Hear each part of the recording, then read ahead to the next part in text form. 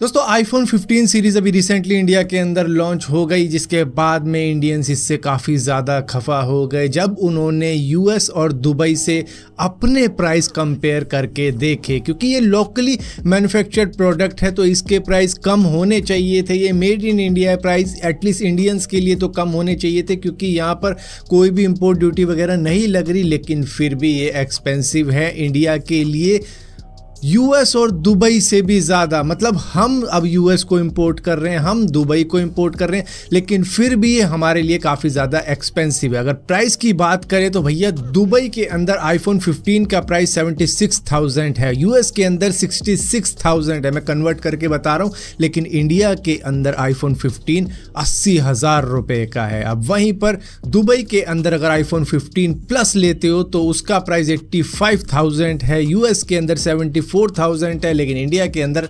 90,000 रुपये हो जाता है। वहीं पर अगर प्रो मॉडल की बात करोगे वो 97,000 का है, दुबई के अंदर, यूएस के अंदर 82,000 का है, लेकिन इंडिया के अंदर 1,35,000 रुपये का है। मतलब पार ही कर दिए यहाँ पे लिमिट। और प्रो मैक्स की बात करोगे तो भाई दुबई के अंदर 1,15,000 का, यूएस के अंदर सिर्फ 1,00,000 रुपए का है, लेकिन इंडिया में ये हो जाता है 1,50,000 रुपए का। मतलब इंडिया की ये समझ रहे हैं कि बहुत ज़्यादा सैलरी है उनकी, पर कैपिटा इनकम मतलब हमारी बहुत ज़्यादा है, तो हमारे लिए इन्होंने जो कन्वर्जन रेट लगा रखा है वो मुझे लग रहा है 100 रुपये पर डॉलर के हिसाब से लगा रखा है, जिसको कन्वर्ट करके हमारे लिए इतना महंगा आईफोन कर दिया है कि तुम तो अमीर देश वाले हो, ले लो, ले ही लेंगे लोन लेके, और क्या। अब यहीं पर मेड इन इंडिया होने के साथ साथ ये इसरो का नेविक सैटेलाइट सिस्टम भी यूज़ कर रहे हैं आईफोन 15 प्रो और प्रो मैक्स की एक्यूरेसी बढ़ाने के लिए। इस टेक्नोलॉजी के अंदर 7 सैटेलाइट का यूज़ किया जाता है, जिसके अंदर हाई प्रिसीजन लोकेशन ट्रैकिंग हो जाती है। मतलब एक्यूरेसी इतनी है कि 20 मीटर का रेडियस बता देगा कि भैया इस जगह पर होगी जो भी चीज़ आप लोकेशन ढूंढ रहे होंगे, और इसी के साथ साथ टाइमिंग भी 50 नैनो सेकेंड से ज़्यादा बेटर है, और ये 1500 किलोमीटर दूर भी इंडियन बॉर्डर से काम करता है। सो फिलहाल के लिए अभी तो ये सिर्फ इनके 2 टॉप मॉडल्स के अंदर काम कर रहा है, लेकिन ये सभी मॉडलों में काम करेगा आने वाले वक्त में, मे बी नेक्स्ट ईयर से।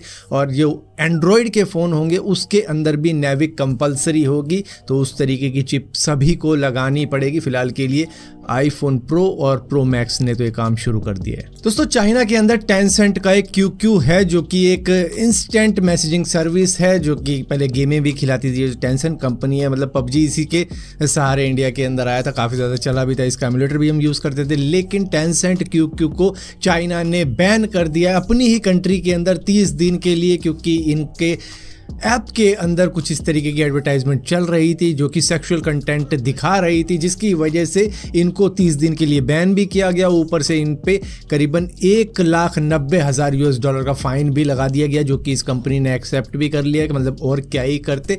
तो ये तो है चाइना का कानून, लेकिन यहाँ पर आप कई सारी ऐसी एप्लीकेशन देखते होंगे या कई सारी ऐसी गेम्स देखते होंगे जिसके बीच में आपको ऐसी एड्स भी देखने को मिल जाती है जो कि काफ़ी ज़्यादा सेक्सुअल कंटेंट वाली होती है। मतलब वो गेम बच्चों के लिए बनाई है, लेकिन फिर भी उसके ऊपर इस तरीके की ऐड आ रही होती है कि अकेले हो, यहाँ पे आ जाओ, वो कर लो, ये कर लो। तो मतलब इस तरीके की एडवर्टाइजमेंट तो आपने देखी ही होगी। दोस्तों यूएस के एक एस्ट्रोनॉट हैं फ्रैंक रूबियो, जिन्होंने 355 दिन इंटरनेशनल स्पेस स्टेशन पे बिताकर रिकॉर्ड बना दिया है यूएस के एस्ट्रोनॉट का, जो कि सबसे ज़्यादा दिन इंटरनेशनल स्पेस स्टेशन पे रुका है। लेकिन अगर दुनिया में देखा जाए कि सबसे ज़्यादा इंटरनेशनल स्पेस स्टेशन पे रुकने वाला एस्ट्रोनॉट कौन था, वो दरअसल रशिया का कॉस्मोनॉट था वैलेरी पुलेवकोव, जो कि 437 दिन रुके थे इंटरनेशनल स्पेस स्टेशन पे। लेकिन फिलहाल के लिए यूएस के फ्रैंक रूबियो 355 दिन रुक तो गए हैं, लेकिन अब ये 365 दिन की तरफ जा रहे हैं, तो वो रिकॉर्ड ये ब्रेक करके शायद वापस यूएस आ जाए। मतलब कोई भी रशिया के कॉस्मोनॉट का रिकॉर्ड शायद ही कोशिश करे तोड़ने का, जो 437 दिन है। दोस्तों यूएस की एक महिला है ताना ब्रेकर, जो कि एयरपोर्ट को विटामिन की गोली समझकर निगल गई। दरअसल इनके घर पर एक फ्रेंड आई थी जिसको ये काफ़ी ज़्यादा दिनों से मिस कर रही थी, काफ़ी टाइम से नहीं मिली थी।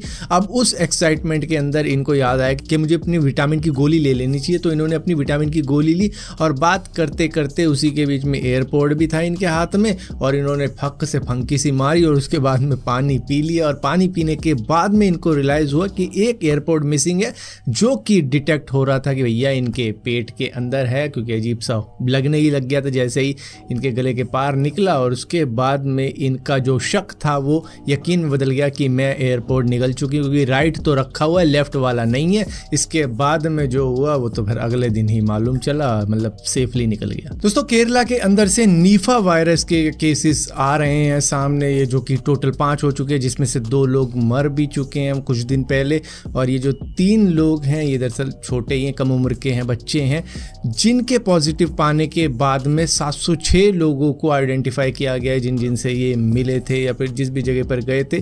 तो उस जगह पर अब उन लोगों के भी टेस्ट किए जा रहे हैं, क्योंकि ये फैलता है ब्लडली फ्लूइड से, जो कि इन्फेक्टेड बैट, पिग, ह्यूमन से भी हो सकता है। मान लो किसी ने छींक दिया, उसके छींक में थोड़ा बहुत ब्लड भी था इन्फेक्टेड, जो कि सामने वाले को लग गया, तो उसको भी हो सकता है ये। और काफ़ी ज़्यादा डेडली बीमारी है ये, मतलब 75% चांसेस है कि बंदा नहीं बचने वाला है इससे। ये कंटेमिनेटेड फूड से भी हो जाता है। तो फिलहाल के लिए केरला के अंदर हो रहा है, ये किसी इन्फेक्टेड जानवर को खा गया है शायद कोई, चाहे वो पिग हो, बैट हो या कुछ हो। मतलब एक बार ये फैल गया तो ब्लड के ज़रिए, जिस तरीके से ब्लड से फैलने वाली बीमारी होती है जैसे एड्स हो गया, तो मतलब उस तरीके से भी ये फैल सकता है। तो अभी यहाँ पर मेडिकल टीम के भी चेकअप हो रहे हैं, जो कि पेशेंट को ऐसे ही ट्रीट कर रहे थे कि भैया इनको हेडेक हो रहा है, फीवर हो रहा है और सांस लेने में दिक्कत हो रही है, तो वो भी नॉर्मल ट्रीट कर रहे थे। लेकिन बाद में पता लगा भैया ये नीफा वायरस है, जिसके बाद में अब उनके भी टेस्ट चल रहे हैं।